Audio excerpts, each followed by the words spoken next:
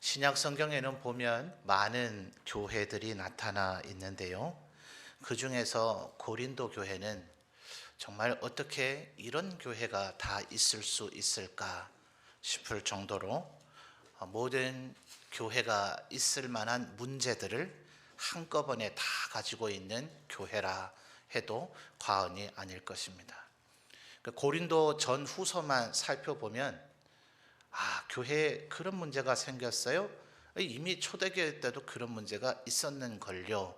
이렇게 말할 수 있을 정도로 현대 교회, 지금 21세기의 교회가 우리 한국 교회만 하더라도 이것저것에서 우리 성도님들은 잘 모르시겠지만 우리 목사들이나 우리 장로님들은 교단의 신문에서도 또 노회나 총회에서 그 현장에서 듣게 되는 보고의 이야기들로도 또 아는 지인, 목사님, 장로님들을 통해서도 이런저런 얘기가 들려올 때에 참 교회 여러 이곳저곳에서 많은 문제들이 있습니다. 근데 참 어처구니가 없는 것은 그것이 21세기에 갑자기 어느 날 갑자기 생겨난 문제가 아니라 이미 초대교회 때도 그러한 문제가 있는데 그 모든 문제가 바로 고린도 교회에 그런 문제가 다 있더라 하는 겁니다.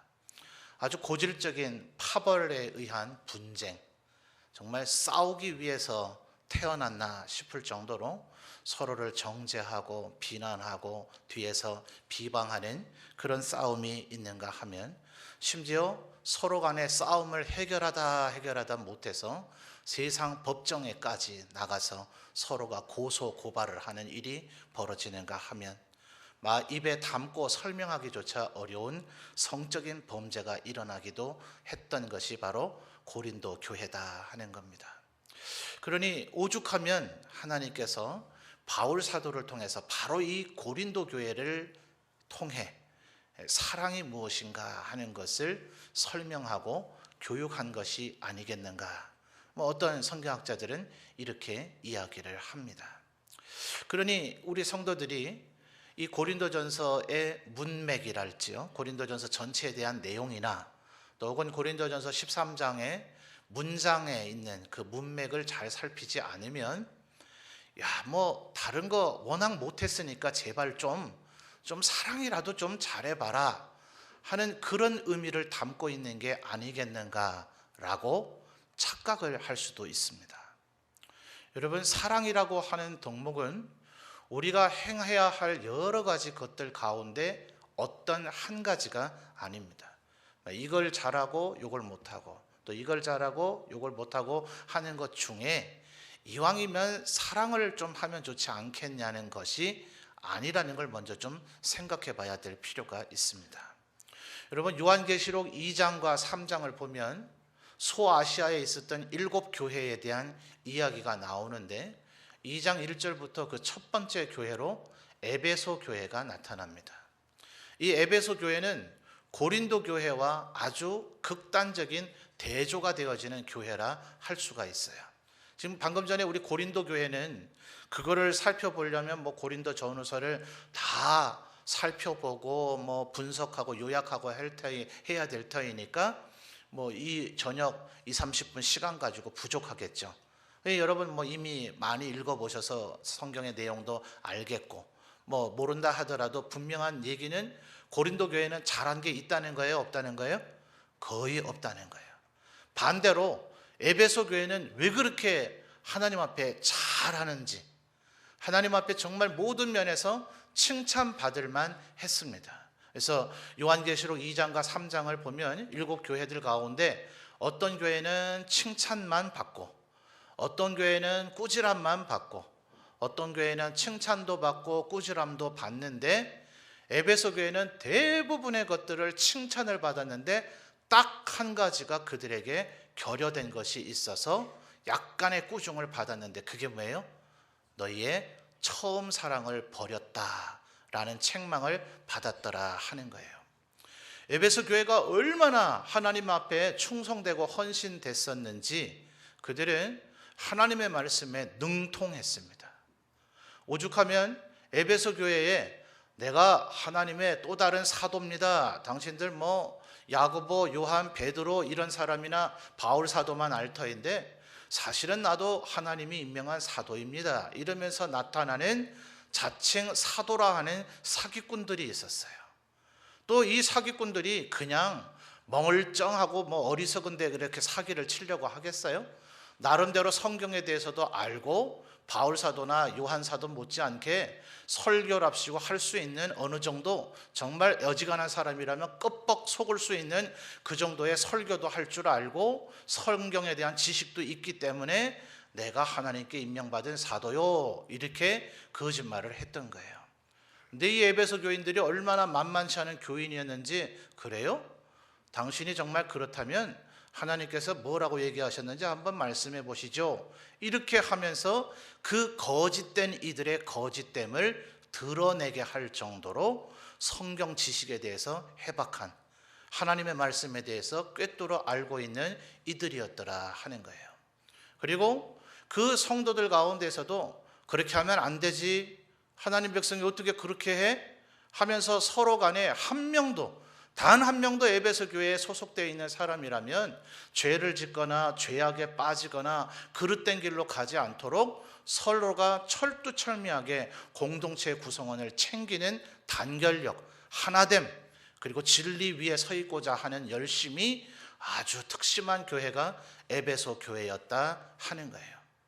그런데 지금 하나님께서 그 에베소 교회를 칭찬했다고요? 아니요.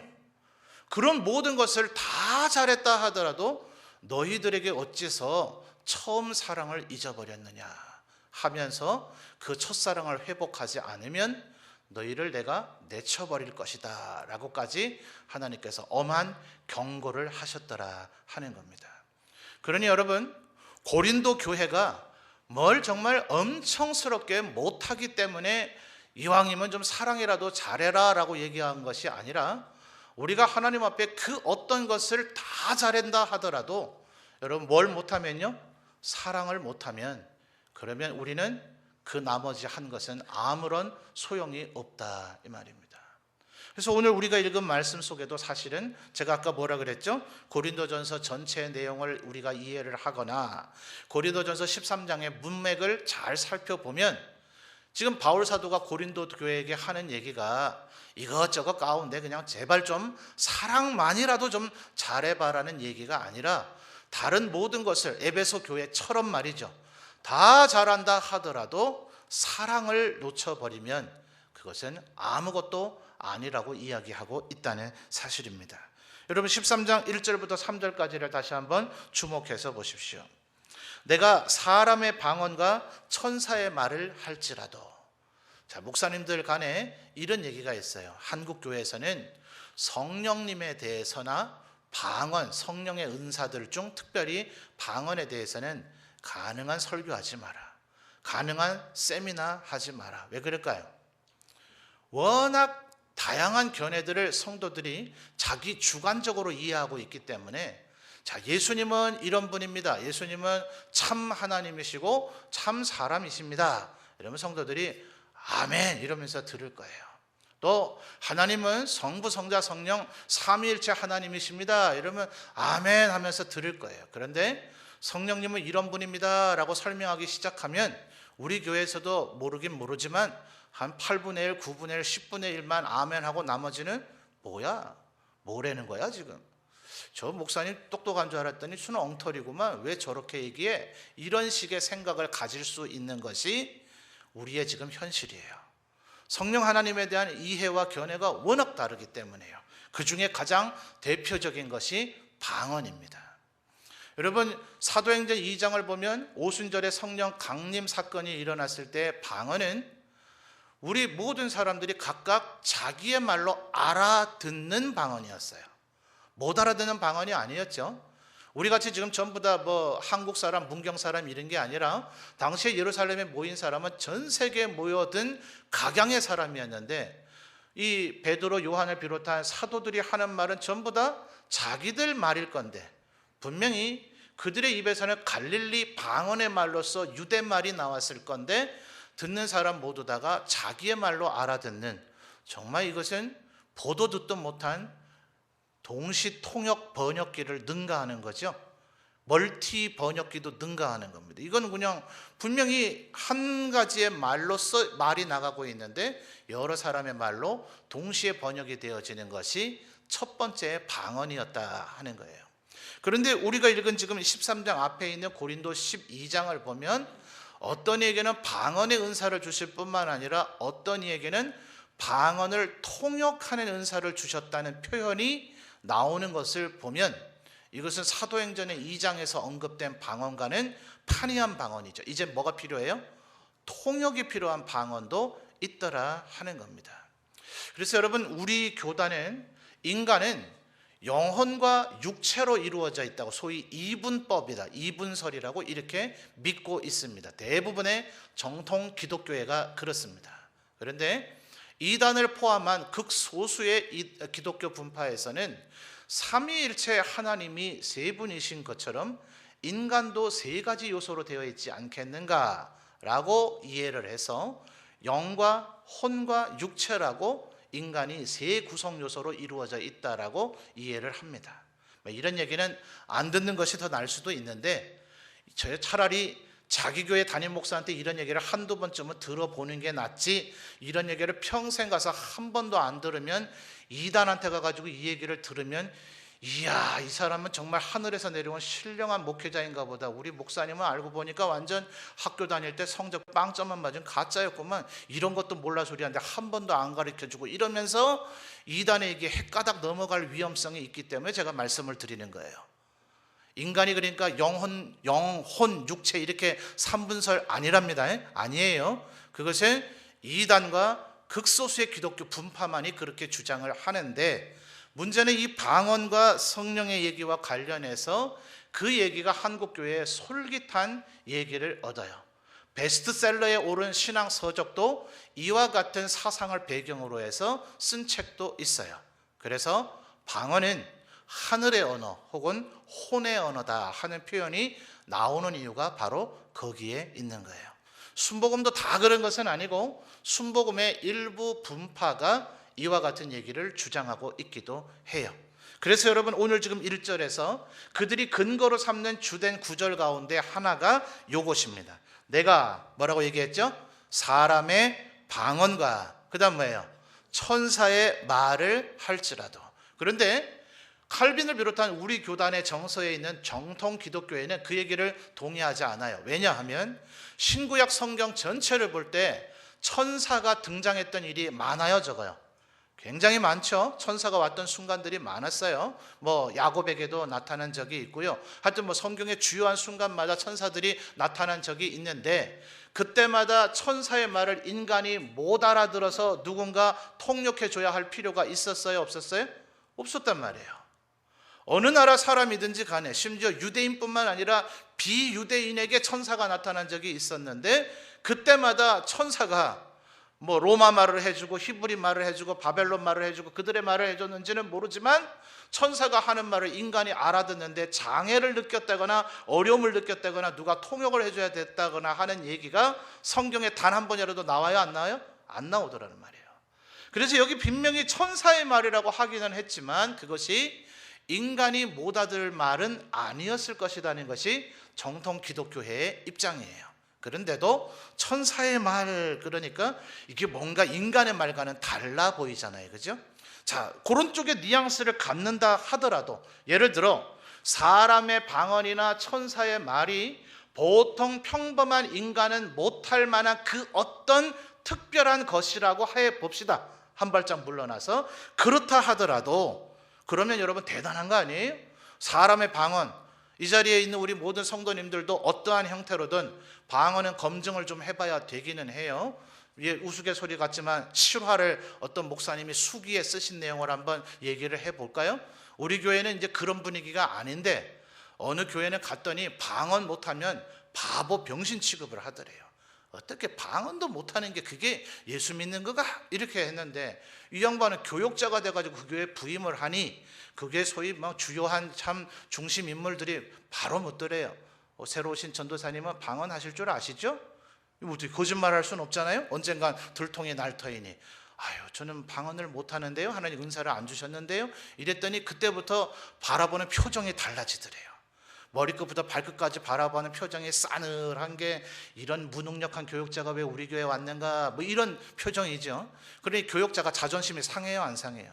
이 양반이 상해가지고 이제 기도원에 올라가가지고 금식도 하고, 하나님 나도 이렇게 무시당하면서 교육자 생활해가 되겠습니까? 나도 방언을 할 수 있게 해주십시오 하면서 금식 기도를 아무리 해도 하나님이 방언의 은사를 안 주셔요. 그래서 신학교에서 배운 거는 히브리어의 헬라어라고, 혹시로 그 말이라도 자꾸 중얼거리다 보면은 제3의 또 다른 나라의 언어를 내가 입에서 나도 모르게 터져 나올까 싶어가지고, 그래도 신학교 다닐 때 공부는 열심히 했는지 주기도문을 헬라 말로 그냥 잘잘잘잘 외웠대요. 근데 아무리 100번 1000번 외워봐요, 방언이 터져요, 안 터져요? 대답해 보세요. 터져요, 안 터져요? 안 터졌길래 이런 수기를 썼을 거 아닙니까? 그래서 이제 뭐 금식도 할 만큼 해도 안 되니 지쳐서 교회에 내려왔어요. 자, 온 교회 소문은 다 났어요. 전도사님이 방언 받으려고 기도원 갔다 왔다고. 그러니까 그 아까 물었던 성도들이 또 모여가지고, 어떻게 전도사님 방언을 받고 오셨어요? 그러니까 이 양반이 대답은 못하고, 우리 같이 기도합시다 하고 에라 모르겠다고선 헬란 말로 주기도문을 잘잘잘잘 외운 거예요. 다행히 성도들이 헬란 말에 대한 공부 이해가 없어가지고 이게 뭔 말이래 이렇게 된 겁니다.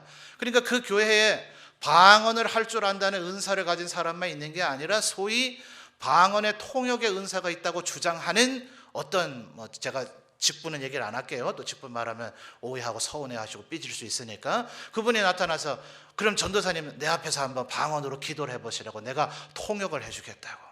주기도문을 위해서 이분이 헬란말로 또 외웠어요. 그랬더니 이분이 한다는 소리가, 하나님께서 당신이 앞에 걸어가는 길에 고난이 많을 것인데 꾹 인내하고 참다 보면 하나님께서 위대한 종으로 쓰실 것이니까 꾹 참고 인내하다 보면 반드시 주의 영광을 보리라고 하십니다.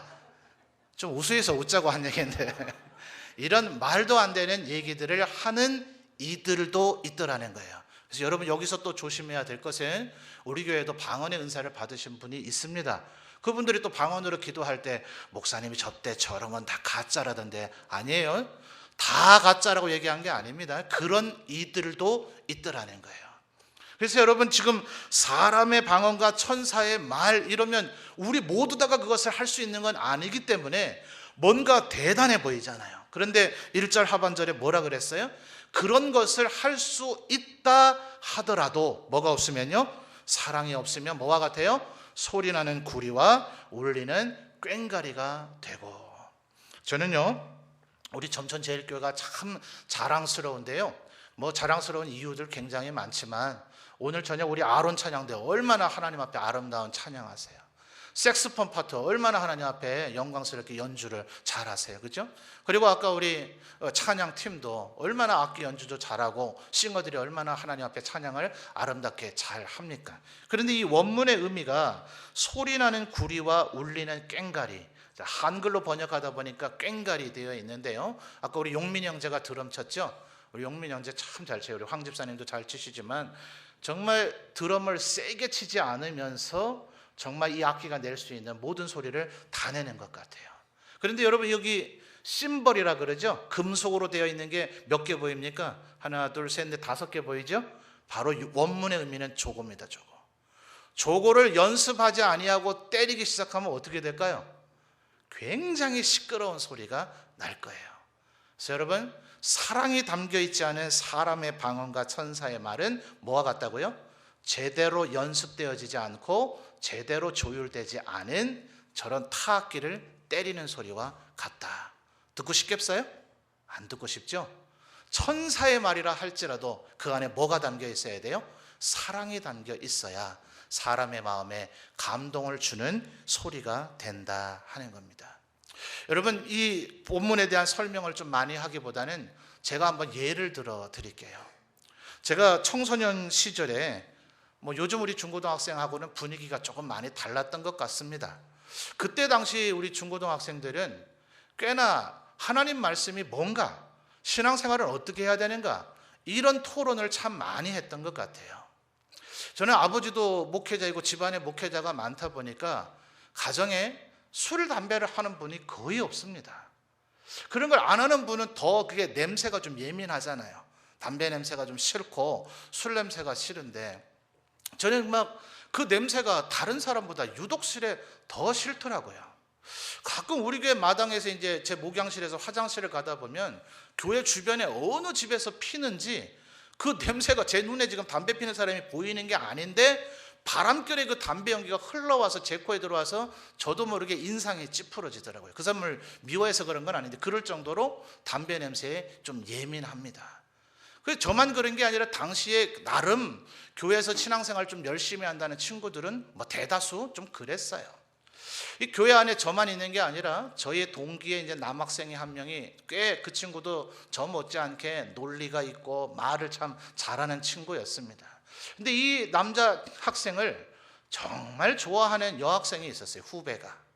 그리고 이 여학생도 정말 기도도 많이 하고 신앙생활을 열심히 하는 그런 친구였습니다. 그런데 그날 뭐 어떻게 신앙생활을 하는 것 중에 사실 우리나라는 이게 구원받는 문제냐 예수 믿는 사람이 해야 되느냐 말아야 되느냐 문제가 아니라 사실은 건강의 문제가 되잖아요. 술, 담배는. 근데 우리나라가 다른 그 어느 나라보다 월등해요. 국민의 비율이, 술, 담배를 여전히 하시는 분들의 비율이. 그래서 사실은 그게 문제이죠. 구원받느냐 천국 가느냐의 문제가 아니라 건강의 문제인데 우리 한국 기독교회는 선교사님과 초창기 우리 믿음의 선조들이 그것을 교단의 법으로서 금해놨기 때문에 우리는 그것을 거의 죄악시하는 풍조가 있습니다. 그러다 보니까 이 친구도 하나님을 믿는 사람이 담배 피면 안 되는 이유로 그냥 통렬하게 얘기를 하고 논증을 하면서 아주 담배 피는 사람들은 아주 나쁜 사람인 것처럼 굉장히 이렇게 비난 섞인 얘기를 많이 했어요. 아까 그 몇 살 후배인 그 여학생이 이 남학생을 어떻게 했다고요? 제 얘기 안 듣고 계셨어요? 좋아한다니까요. 엄청 좋아했어요. 이 여학생이 뭐 1년에 한두 번 교회 나오는 친구가 아니라 맹임원도 하는 청소년 자매 여학생이었고 이 여학생도 굉장히 신앙생활을 열심히 하는 친구였어요. 그런데 갑자기 얘가 얼굴이 시뻘게 가지고 오빠 지금 무슨 소리를 하냐 그러면서 얘를 좋아하는 거 다 아는데 우리 모두 다가 다 아는데 얘를 아주 막 공박을 하면서 비난을 하는데 우리 모두가 깜짝 놀랐어요. 처음에는 이 남자애가 저희들 모르는 사이에 얘한테 뭘 잘못했는 줄 알았어요. 여러분 왜 그랬을까요? 조금 지나서 그 이유를 알게 됐는데 그 여학생의 가족이 다 예수 믿지는 않거든요. 아버지와 오빠가 엄청난 애연가였던 거예요. 여러분 담배 피면 지옥 갑니까? 그건 아니에요. 담배 피면 하나님 앞에 구원 못 받습니까? 아닙니다. 여러분 또 충격되고 용기를 얻어서 오늘부터 끊었던 담배를 그러면 다시 피자 된다네 뭐 이러실까봐 이 얘기를 해야 되나 말아야 되나 싶기는 한데요. 초창기에 우리 한국 기독교회에 선교사님들 많이 들어와 계셨죠? 초창기에 신학교 교수님은 다 선교사님들이었어요. 조금 시기가 가면서 한국인 목사님, 한국인 신학교 교수에 의해서 목사님들을 키워내는 신학교 교수들이 교체가 이제 되어지는데 초창기 미국에서 건너오신 선교사님 한 분은 골초셨어요. 이런 얘기 선교사님들아 선교원신 예배 때 잘 못 들어보셨죠? 교회사를 공부해야 이런 얘기가 있어요. 근데 그분이 형편없는 목사이거나 형편없는 선교사였냐 하면 그렇지 않아요. 그분 때문에 한국 교회가 있었다 해도 과언이 아닐 정도예요. 제 이름은 안 밝힐게요. 근데 그분이 골초셨어요. 여러분 제가 지금 하려고 하는 얘기는 뭐냐 하면 그 여학생이 왜 그런 태도를 가졌을까요? 그 사람에게 그 여학생에게 담배 피는 사람은 자기 아버지고 오빠이지 남이 아니었던 거예요. 자기 아버지와 오빠를 뭐 한 거죠? 사랑하기 때문에 자기 입으로 차마 그 사실을 비난할 수가 없었던 겁니다. 여러분 또 한 가지 예를 들어 드릴까요? 가끔 이제 장거리에 병원에 입원하신 우리 성도님들이 있어서 신방을 가게 됩니다. 여러분 이제 병원에 이제 우리 성도님이나 성도들의 가족들이 몇 시쯤 도착하세요? 이런 거 묻고요. 또 함께 신방 갈 우리 신방 대원들이 목사님 몇 시쯤 되돌아올 수 있겠습니까? 그게 뭐 제가 대답을 하긴 해야 되는데 제가 이럽니다. 저도 잘 모릅니다. 왜요? 고속도로가 어찌 될지 어떻게 알아요? 잘 밟고 막 과속도 하고 이러다 보면은 1시간에 갈 수 있는 길도 한 번 막히면 어떻게 돼요? 이건 뭐 5시간, 6시간 하루 왼종일 가도 길이 안 뚫릴 때가 있잖아요. 여러분 우리끼리 있으니까 솔직히 한번 얘기해 봅시다. 고속도로 운전을 하는데 길이 막혀 있어서 평상시보다 4배, 5배 시간이 걸리면 화가 나요, 안 나요? 화가 나죠? 나중에 가서 보니까 정말 어쩔 수 없는 상황이었다면 모르지만 어떤 사람의 실수 때문에 그렇게 됐다 싶으면 그 사람이 사랑스러우세요? 미우세요? 제가 대답할게요. 저는 솔직히 밉더라고요. 여러분, 한 번은 꽤 오래전 일입니다만 차에 이제 한 너댓 명 이상이 타서 길을 가는데 현장을 우리 차가 직접 봤어요. 차가 어마어마하게 밀리고 나서 본 게 아니라 저희가 가는 바로 그 순간 이제 그 사건이 벌어지기 시작을 한 건데, 트럭에 비닐 제품이에요. 비닐 제품을 정말, 비닐은 그렇게 무게가 나가지는 않잖아요. 그러니까 과적에 걸리진 않았을 건데 정말 어마어마하게 많이 실었어요. 우리 교회 비닐업 계신 분 오해 말고 들으십시오. 그 얘기를 하는 건 아니고요. 근데 그 정도가 되면 이거 호루라 그럽니까? 덮개를 씌워서 그게 이렇게 무너지거나 튕겨나가지 않도록 했었어야 되잖아요. 사실은 교통법규에 고속도로를 통행하는 모든 차량은 그게 뭘 실었든지 간에 위에 호루와 덮개를 하는 게 법입니다. 보통 경찰관이 그 모든 그걸 안 한 거는 무조건 잡으면 딱지 끊깁니다. 이주섭 집사님 맞죠? 예, 맞다고 하시잖아요. 우리 경찰에 복무하셨던 집사님 맞다 하시잖아요. 그죠? 그거 호루를 씌워야 돼요. 근데 그거를 안 씌우고 갔기 때문에 차가 전복되진 않았지만 거기에 실었던 물건들이 많이 이제 튕겨져 나와서 그 제품이 비닐 제품이다 보니까 차들이 달리는 그 바람 때문에 이게 수십 수백 장이 막 너플너플 날리기 시작한 거예요. 그러니까 차에 이거는 뭐 비나 눈이 내리는 정도가 아니라 차 운전자의 시야에 정말 반 이상을 다 가려버렸어요. 와이퍼로 유리만 닦으면 되는 게 아니라 앞이 안 보여요. 그 날리는 수많은, 한번 생각을 해보세요. 여러분, 눈이 많이 내리면 저 조그마한 눈이, 저 한방 눈이 내려도 눈앞이 잘 안 보이잖아요. 근데 비닐봉지 하나면 그 눈에 몇 배입니까? 10배, 100배 되는 그게 막 온 하늘에, 이거 보여드려야 되는데 그게 날리니까 아무것도 안 보이잖아요. 그러니까 차들이 전부 다 급정거를 하기 시작하면서 정말 그 브레이크 밟을 때 타이어 밀려서 나는 칙 하는 그런 소리 있잖아요. 그 소리로부터 박지는 않았지만 막 쿵쿵대는 소리, 막 급정거들이 시작이 되면서 이제 서행을 하려고 해도 이 비닐이 계속 펄럭 계속 날아다니니까 차가 지나기가 정말 어려운 상황이었어요. 그 와중에 그 화물을 실었던 분들은 한 장이라도 회수하려고, 아니 뭐 아깝기 때문이 아니겠죠. 운전자들이 방해가 되니까 너무나 위험천만한, 잘못하면 차각을 못 보고 또 급한 사람은 과욕을 해서 그 사이를 뚫고 나가겠다는 시도를 하면 그 사람과도 부딪힐 수 있는 상황이니 정말 위험천만한 상황이었는데 차 안에 타워 있던 사람들 다 예수 믿는 사람들이었어요. 더 노골적으로 말씀드릴게요. 다 목사였어요. 목사님들이 이제 한마디씩 하기 시작했는데 저 봐 하여튼 안전 불감증 이놈의 한국으로부터 시작을 해가지고 저처럼 아까 우리 이주수 집사님께 확인했듯이 교통법규를 운운하면서 저런 사람은 경찰들이 빨리 단속을 해서 잡아갔었어야 되는데 고속도로로 아예 출입을 하지 못하더래 사전에 잡아서 차량을 통행을 안 시켰어야 되는데 전부 다 그 사람들을 비난하는 수많은 얘기를 쏟아놓고 있는 그 와중에 거의 동시다발적으로 입에서 정말 자기 감정대로 느낌대로 말이 쏟아져 나왔는데 딱 한 분의 말 때문에 갑자기 한순간에 전부 다 조용해졌어요.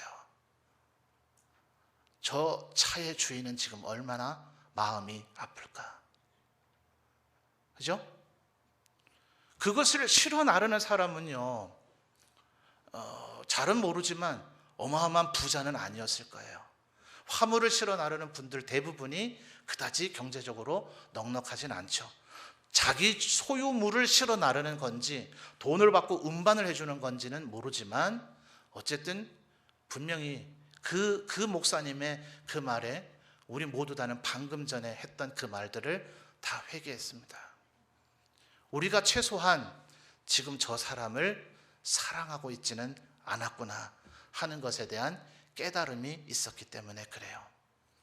여러분, 우리 예수 믿는 사람들은요, 하나님이 죄를 싫어하시고 우리 죄 때문에 우리 하나님이 우리 대신 죽으셨기 때문에 우리는 죄 안 지으려고 정말 각자 나름대로 정말 피를 토하는 듯한 그런 노력을 하시는 줄 압니다. 죄 안 지어야 되는데 어떻게 하든 죄 안 지어야 되는데 이 노력을 막 하다 보니 사실 죄의 속성이 그렇거든요. 우리들 가운데 누군가가 죄를 지면 이게 무슨 바이러스처럼 우리가 감염되는 위험이 있습니다.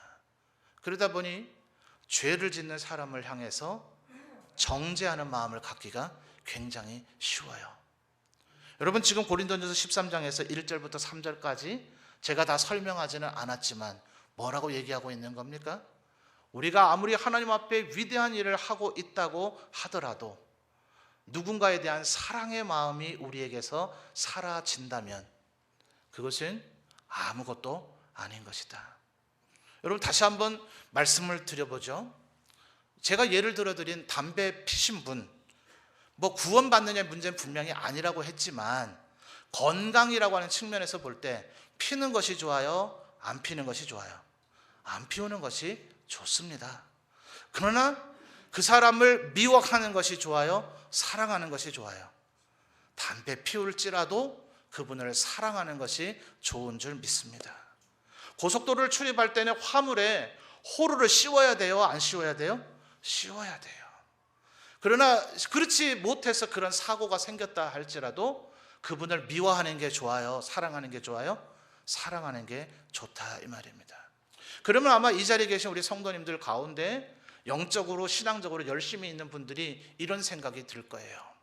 여러분, 사무엘서 초2에 사무엘이 처음 출연하게 되는 상황을 보면 엘리 제사장이라고 하는 사람과 그 제사장의 아들 홈니와 비느하스의 이야기가 나오죠. 홈니와 비느하스가 하나님 앞에 죄를 지었습니다. 그래서 하나님이 경고를 몇 차례 하셨는데도 아버지 엘리는 책망하거나 꾸짖지 않았어요. 율법대로 한다면 당장 그 아들 둘의 제사장 직위를 해제하고 제사장의 역할을 더 이상 하지 못하게 할 뿐만 아니라 죽음으로써 그 책임을 물었어야 마땅할 죄를 지었습니다. 근데 아버지이자 대제사장인 엘리가 한다는 소리가, 아들들아, 니들에 대해서 좋지 않은 얘기가 들린다. 그러면 안 되지 않겠냐? 이 정도 얘기를 하고 만 거예요.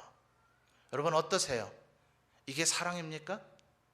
어쩌면 우리는 지금 이런 얘기를 들으면서 담배 피는 사람 사랑해야지, 호루를 안 씌워서 어쨌든 교통이 마비되도록 만든 사람 사랑해야지, 그러면 앞으로 우리 가운데 있는 모든 일들에 대해서 아무도 서로에게 얘기하지 말고 무조건 그냥 눈 감아주고 덮어주고 아무것도 아닌 것이라고 여기는 것이 사랑인가?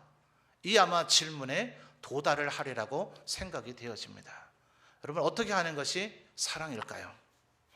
적절한 대답이 될런지 모르겠습니다만 이분이, 당사자께서 공공연히 이와 같은 공개석상에서 본인 얘기를 했기 때문에 제가 이분의 실명을 거론해도 신뢰가 안 되리라고 생각합니다. 대구에 가면 대구 서문교회라고 있어요. 지금 현재 거기를 담임하고 계신 이상민 목사님은 그 전 중간에 또 다른 목사님들이 계셨습니다만 그 서문교회를 오래 심무하셨고 총회장을 역임하신 이성원 목사님의 아드님이십니다. 그 교회도 아드님한테 교회를 물려주는 것이 좋냐 안 좋냐 또 논란도 좀 많이 되고 그 이후에도 조금 어려움이 있기도 했습니다. 근데 이분이, 저야 제가 대구에서 태어난 사람은 아니니까 잘 모릅니다만 이분이 설계석상에서 본인이 수차례 본인의 얘기를 했기 때문에 그분의 얘기를 합니다. 본인 표현이 그래요. 나는 목사의 아들이었지만 정말 망난이었대요. 정말 청년들이 할 만한 온갖 죄와 온갖 잘못을 골고루 다 했대요. 여러분이 지금 머릿속으로 떠올리시는 거 그거 다 했어요. 그거 하고도 여러분이 지금 상상조차 못하는 일까지도 했어요. 그거 지금 다 설명할 수는 없고요. 그래서 이분을 어쨌든 모든 사람들이 다 포기했어요. 근데 어느 날 술이 가득 취해가지고 침상에서 자고 있는데, 술에 취했으니 어지간해선 깹니까? 근데 잠결에 뭔가 자꾸 얼굴에 뭐가 뚝뚝 떨어지더래요. 자다가 잠이 덜 깬 가운데 이렇게 보니 아버지가 자기 위에 와서 자기 배 가슴에 이렇게 손을 얹고 그 위에서 그냥 하염없이 우시면서 기도를 하시더래요. 그래서 이 정말 망난이었던 이상민 목사님이 바로 그 아버지 이성원 목사님의 한 번도 뭐 아버지가 뭐 나무라거나 때리거나 뭐 이렇게 한 것이 아니라 별 말씀이 없으셨는데 그렇게 눈물 흘려 기도하시는 그것에 이분이 인생의 전환점이 시작이 되었다, 이런 얘기를 하시더라고요. 그래서 회개하고 또 목회자가 되어지고 지금 아버지 뒤를 이어서 대구 서문교회 또 총회를 위해서도 많은 일을 감당하시는, 뭐 제가 볼 때는 꽤 좋은 목사님으로서 지금 사명을 잘 감당하고 계십니다. 여러분, 사랑이라고 하는 것은 죄를 눈 감아주는 것은 아닙니다. 그걸 그렇게 해도 괜찮다라고 얘기하는 것은 아닙니다. 분명히 그 사람이 옳은 길로 갈 수 있도록 도와줘야 됩니다. 그런데 그 중간 과정 속에서 그 일을 행한 사람을 미워하고 있느냐 사랑하고 있느냐 하는 것은 우리가 생각해 봐야 될 문제입니다. 우리는 자주 이 사람이 옳은 길, 바른 길로 가도록 도와야 된다, 혹은 우리 교회가 하나님 앞에 바르고 정직하고 의로워야 된다는 이 거룩한 열심에 너무나 강렬하게 사로잡힌 나머지 서로를 미워하고 정죄하고 비난하고 있는데도 자기가 그러고 있다는 사실조차 모를 때가 많다라는 거예요. 그래서 여러분 기억하십시오. 지금 여러분 눈앞에 있는 모든 사람들이 여러분의 형제, 여러분의 가족이라고 생각해 보세요. 이 자리에 계신 분들 중에도 솔직한 내면의 목소리로 여러분의 음성을 들어본다면 이 자리에 정말 사랑하는 분도 있고 그냥 뭐 대면대면 서먹서먹한 분도 있고 저분은 참 어렵다 이런 분도 있을 겁니다. 근데 그분이 내 아버지라면, 그분이 내 삼촌이고 형님이라면, 그분이 내 누님이고 내 동생이고 내 자식이고 내 조카라면 그분을 대하는 우리의 마음이 일단 달라지지 않겠어요? 여러분, 우리 교회에도 가끔씩 어쩌다가 안타까운 일, 일어나지 않았으면 좋았을 일이 벌어지곤 합니다. 그런 일이 안 일어나야 되겠죠? 또 앞으로는 그런 일이 안 일어나도록 우리가 만들어야 되겠죠? 그러면 어떻게 해야 될까요? 저는 아까 제가 마지막 예화로 말씀드린 이성원 목사님의 이 방법이 진정한 사랑의 모습이라고 생각합니다. 사랑하는 성도 여러분, 앞으로도 우리 점천제일교회가 하나님 보시기에 아름답고 영광스러운 좋은 일만 일어나기를 저는 간절히 바랍니다. 그러나 우리들이 인간이기 때문에, 우리들이 여전히 육신의 몸을 입고 있는 사람들이기 때문에 우리들 사이에서 안타깝지만 언젠간 또다시 갈등이 일어날 겁니다. 우리들 가운데 누군가는 죄에게 쓰러져서 넘어져서 죄악을 지을 것입니다. 우리들 사이에서 서로가 갈등을 일으키며 너와 내가 함께 범죄를 하게 될지도 모릅니다. 우리는 제3자가 지은 범죄와 죄악의 이야기를 듣게 될런지 모릅니다. 여러분, 그때 우리는 무엇을 해야 될까요? 왜 그 사람은 그렇게 했을까? 왜 그렇게밖에 하지 못했을까? 그렇게 하는 것이 과연 옳은 것이냐라고 얘기하기 전에 오죽하면 그랬을까? 그 사람은 지금 얼마나 힘들까? 그 사람은 얼마나 마음이 아플까? 그리고 그 사람을 위해서 울며 함께 기도해 주시면 좋지 않겠습니까? 여러분, 앞으로도 우리 교회에 안타까운 일이 벌어진다는 소식이 여러분의 귀에 들려지거들랑 평상시에 여러분이 기도하지 못했을지라도 새벽이든 밤이든 주의 교회에 나와서 함께 부르짖어 기도하는 우리 교회가 되었으면 좋겠습니다. 그것이 사랑에 넘치는 교회라고 생각합니다. 그 사람 왜 그랬을까? 왜 이렇게 하지 않았을까? 그거 잘못된 것 아니냐? 그 잘못을 논하고 분석하고 평가하는 것은 굳이 여러분이 하지 않아도 누구라도 그거는 할 수가 있습니다. 그러나 그 사람의 영혼을 끝까지 사랑하고 그 사람을 위해서 기도하는 것은 성령의 은혜를 받은 사람이 아니면 감히 하지 못할 것입니다. 저는 모쪼록 바라기는 우리 점천제일교회 모든 성도들이 그와 같은 사랑의 영에 사로잡혀서 서로를 사랑하는 사람이 되어질 때 우리 교회 크고 작은 어떤 일들이 벌어진다 하더라도 우리는 그 문제들을 능히 극복해내고 사랑으로 승리하는 교회가 되어질 줄 믿습니다. 그러므로 우리 교회가 사랑이 넘치는 교회가 되기를 주님의 이름으로 축원합니다. 그럼 우리 다짐하면서 앞뒤 좌우에 있는 분에게 한번 얘기해 볼까요? 내 가족으로 여기겠습니다. 사랑합니다. 서로 연세가 어떤지 대충 아시죠? 나보다 많은지 적은지는 최소한 아실 것 같아요. 죄송하지만 많으면 형님, 누님, 뭐 적으면 아우님 이렇게 한번 해볼까요? 앞으로 사랑할게요 형님 한번 해볼까요? 시작. 예, 우리 모두가 서로를 이렇게 형님, 누님, 아우, 동생으로 여긴다면 아유 내 동생이야 내 동생 좀 뭐라 하지 마. 한번 해봅시다. 몇 가지까. 내 동생이야 내 동생 좀 뭐라 하지 마. 이와 같은 마음으로 우리가 서로를 사랑한다면 죄악이 우리 교회를 범접하지 못할 줄 믿습니다. 이와 같이 사랑이 넘치는 우리 점천제일교회가 되기를 주님의 이름으로 축원합니다.